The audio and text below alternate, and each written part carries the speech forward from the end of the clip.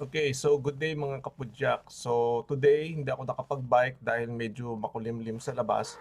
So minarapat ko na lang do ng another movie review. This time, ang movie review natin is yung film na tinatawag na The Bar Boys. The Bar Boys ba or Bar Boys lang?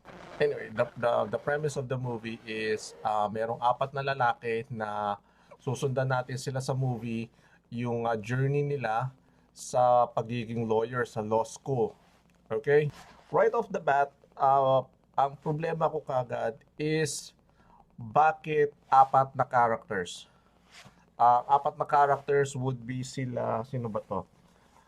May notes ako dito eh. Si Christian, si Eric, si Toran, at saka si Joshua. Sa simula pa lang, si Joshua, wala naman siyang use or wala naman talagang need sa kanya sa movie. They could have just removed his character, to be honest. Why? Paano si Toran, si Joshua, ang ginawa niya kasi, ang premise is that yung apat na magkakaibigan, si Joshua ang hindi nakapasa ng entrance examination. So, ang gagawin niya is magiging model or sa pagiging artista. It's a great idea. The problem is, we have to remember when you're putting a character na importante siya, lalo na sa premise, is that kailangan meron silang arc. Bawat isang character merong arc na susundan. Okay?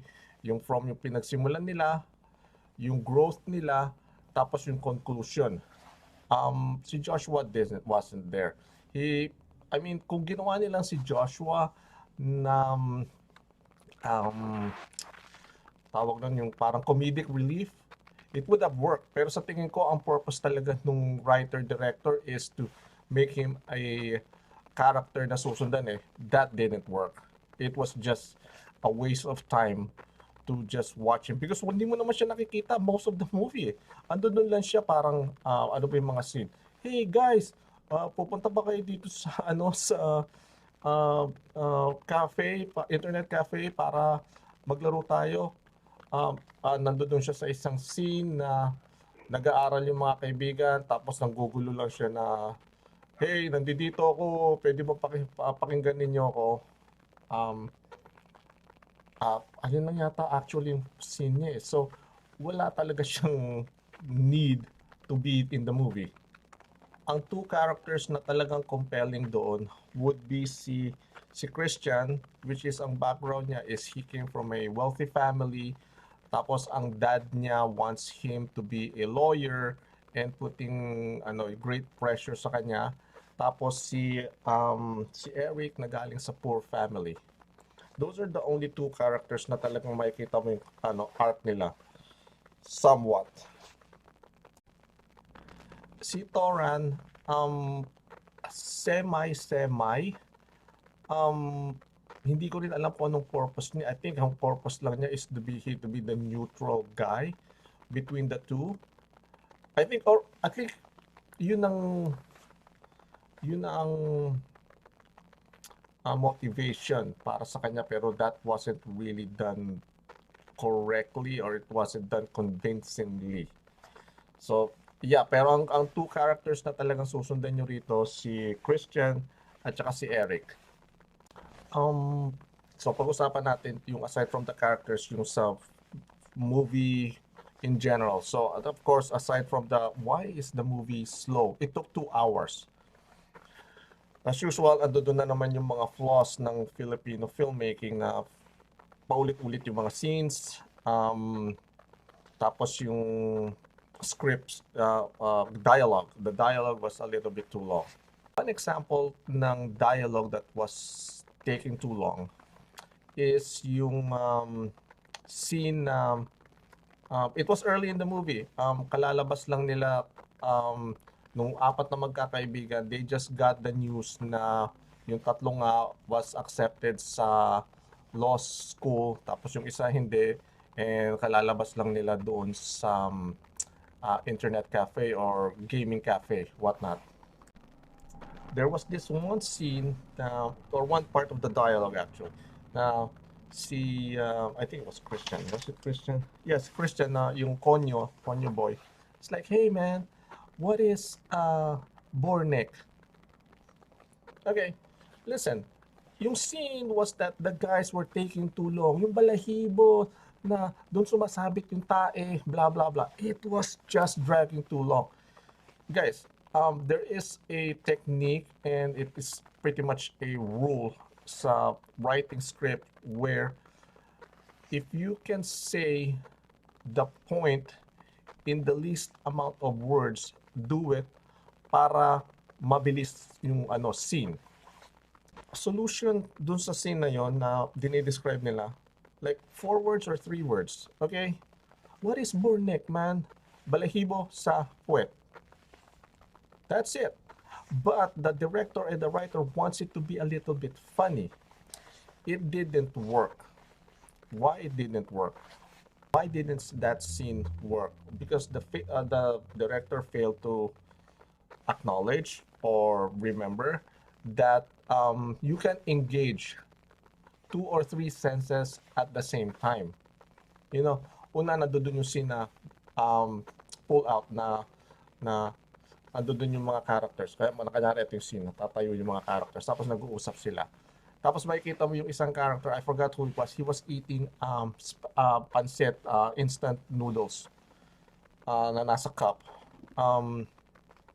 So dinidescribe nila. Supposedly, I think the director was going for yung parang mandidiri yung yung character na kumakain ng noodles kasi nga parang dinidescribe yung kinakain niya. The failure was that you could have done the scene where you could close up yung taong kumakain and naririnig mo sa background na nag-uusap yung tatlo describing the hair na burnek. That's what would have happened. You know, again, let's do this. Hey man, what is burnek? Balahibo sa puwet.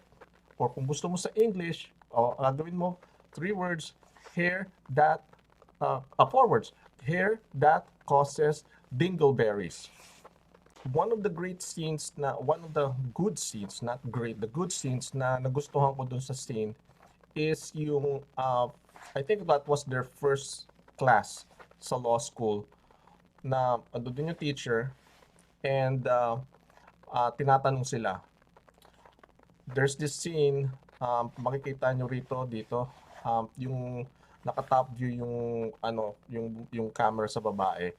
And I know what the director is trying to do. He or she is trying to create a power scene where para manliliit kunyari yung student kasi nga tinitignan siya from above. Great concept and I think there's nothing wrong with it. And then of course, yung sa teacher, the camera angle is nasa baba. So you can tell that she has the power because you're looking up at her. It's a great concept. It just didn't work because sa tingin ko, and I'm not a camera guy, cinematographer, is because yung makikita mo yung yung mga students sa background. I think it would have worked better kung inarrange ng director yung mga upuan as a letter U sa classroom. Tapos nandito yung teacher, yung desk ng teacher, right? Tapos nasa gitna yung tinatawag na student. Kunyari, Mr. So-and-so, pupunta siya sa gitna. Tapos nandito yung teacher. That would have made it better para at least talagang ando dun yung sense na nag-iisa siya, all eyes are on her or him, tapos ando dun yung teacher na mag-isa. And also, yung sa scene ng teacher, hindi gaano convincing because she is not imposing enough. You know, ang maganda kasi, I know what they're trying to do. They're trying to give the teacher that she has control and she has power. She's intimidating, she's imposing. Dapat ando dun yung body language ng teacher where the teacher is sitting, leaning back. tapos nakaganon yung arms niya. Yung parang makikita mo na, I am in control of this classroom. I have the power here. And the student knows that that teacher has the power. So, nanliliit siya. Great concept. And a good example dito would be si Mr. Wordsworth from Twilight Zone, yung old Twilight Zone. And kung makikita niyo yung picture dito, si Mr. Wordsworth right now, nakatingala siya kay Chancellor, and makikita niyo dito sa picture, dito. I don't know kung saan ko ilalagay rito, na malayo si Chancellor, and si Chancellor nandun sa taas, naka-elevated, and he's looking down at Mr. Wordsworth. Si Mr. Wordsworth nakatingin sa harap, and walang tao sa gilid ni Mr. Wordsworth. That's the feel. You got the feel of that. Na-fail lang yung teacher, yung director, to do that, and to visually tell that story. And speaking of classroom scenes, again, andun na naman yung paulit-ulit na hindi mo kailangang, or I wouldn't recommend na ipakita mo yung tatlong scenes. Meron yata 3 or 4 na teachers sila na it doesn't really add to the to the movie na again, paulit-ulit. You're dragging the film. Imbis na one scene, ipakita mo na lahat nung kailangang malaman ng mga audience na nakakatakot, nakaka-intimidate ang mga teachers sa law school or something like that. If that's your point, pakita mo sa isang scene, done. And then move forward. Another scene na it kind of dragged too long again is yung mga intimate scenes between, sino nga ba yun, si Eric and his dad. You know, hindi mo kailangan paulit-ulitin yung scene na, oh, I'm proud of you, I wish I did better sa life para at least naibigay ko sa'yo yung mga gusto mo, mga kailangan mo, you know, and dad, don't worry, I love you and I have no regrets with our life, you know, masaya ako. You could have just gotten that all together, tapos yung tragedy ng namatay yung dad. I think that would have made it better kung yung pagkakamatay ng dad is early on, para at least dun magsisimula yung arc ni ni Eric na this is a whole new world na wala nagpo-provide. I have to like do this on my own. You know, it just makes it more interesting yung arc nung character na yon. And then the opposite of side of Eric is si Christian, where his dad is wealthy, and then his dad doesn't approve of yung girlfriend niya. Again, it's one of those things na it would have lent better sa story kung si Eric at saka si Christian na lang yung main protagonist para makita mo yung difference ng world nila. You know, it's like, oh yeah, my dad is approving, my dad doesn't approve. You know, it would have yung ano ba yung word na yun? Parang nagka-clash yung yung points of view nila. That would have made it interesting. Kasi merong merong drama between the two of them instead of just like their buddies, pero opposing yung views nila for some reason, you know. One thing na nagustuhan ko sa film is yung montage scene. It was a great way for to condense yung timeline between yung first year and yung fourth year nila, yung sa seniors year nila na graduating na sila. One thing na hindi ko nagustuhan is that when they got to their fourth year, intimidated pa rin sila sa teachers nila. It would have been better kung doon sa first year, mga bubugoy-bugoy sila na intimidated, pero pagdating nila sa fourth year, mga na sila, mga almost professional, and they're confident of themselves na pag sumagot sila, they know what they're saying, because that's what life is. Na pag dumating ka sa fourth year or fifth year ng ng course mo, you're confident. And I understand, and I believe that. Kasi nag-physical therapy ako. My goodness. First year, second year, napapasa ako. Pagdating ko ng third year, first sem, wala. I just have to change my degree kasi hindi ko talaga kaya. And I was still in contact with my friends na, kudos sa kanila na it's a medical field, talagang basa sila ng basa, kakapal ng mga libro, medical, tapos ang liliit ng mga letters ng books, makakapal, they're just studying. Kudos to, the health professionals, to the lawyers and the engineers na talagang pinaghirapan ninyo yung degree ninyo. And nakita ko yung difference nung first year kami tsaka yung pagdating nila ng fourth year na talagang their confidence kasi kumbaga nalatak na sila eh. Kakaunti na lang kayo doon and you guys are the cream of the crop na nakaabot kayo ng fourth year, fifth year. So by that time I would have expected na iba na yung personalities nila. They're confident in the classroom. The way they talk is different now. Para silang professionals. Magagaling na sila mag-English na sumagot. That would have been a better scene. And remember, that's what a montage is. Kasi scene. A good example is a montage would be Rocky. It's like may montage lagi-lagi na from guy na mapayat and hindi siya coordinated to the montage na, hey, I'm a boxer, I'm ready to fight the champion. So that's what it is. Para i-condense mo yung time ng growth niya and then next pag end ng montage, totally different person and he or she has grown already. Isa sa mga plot twist na nagustuhan ko sa movie is yung fraternity scene. And actually, that was also one of the few good scenes actually invested ako dun sa scene na yun, yung dark. Tapos makikita nyo dito sa scene na ito yung character nakaupo and the spotlight is on him. Tapos everything is dark and how the camera actually panned forward na umaalis yung mga tao in order to reveal this character na nakaupo siya and he is supposed to be the master. Great scene, great framing. It's like, hey, dude, I can't say anything bad about it. That was a good scene. Acting a little bit sucks, pero yung scene, the way it was framed and the way the camera was panning, great. Good lighting and everything, great scene.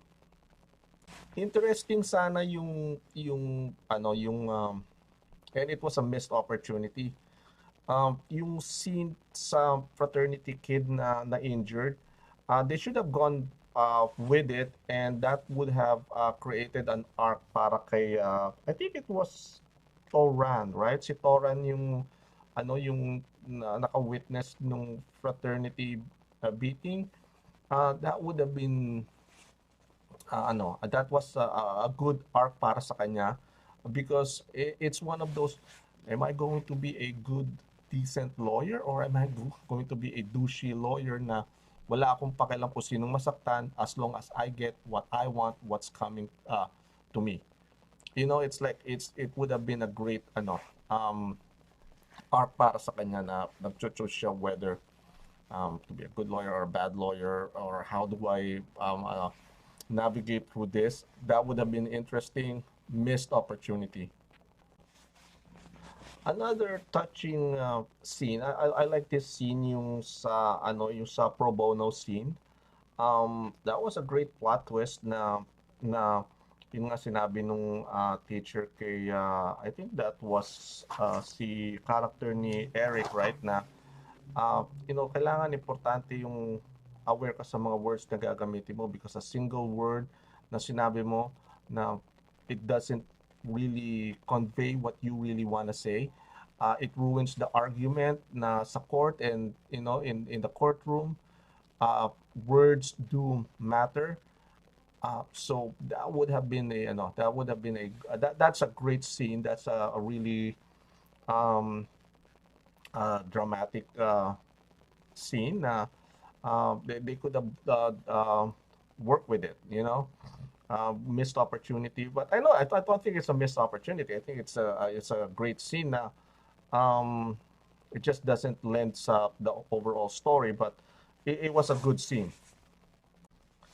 Another, doon sa closing scene, nakagraduate na sila and you know, pumasa na sila. I didn't really understood kung ano yung um, uh, importance ng fraternity in a sense na um, yung sila ba yung tumulong kay Eric na pumasa or what not. Hindi ko gaanong nag-gets kung anong importance. I think it's like you can't put something just for the fun of it. Kailangan merong reason and you have to show it clearly. It just didn't lend sa story.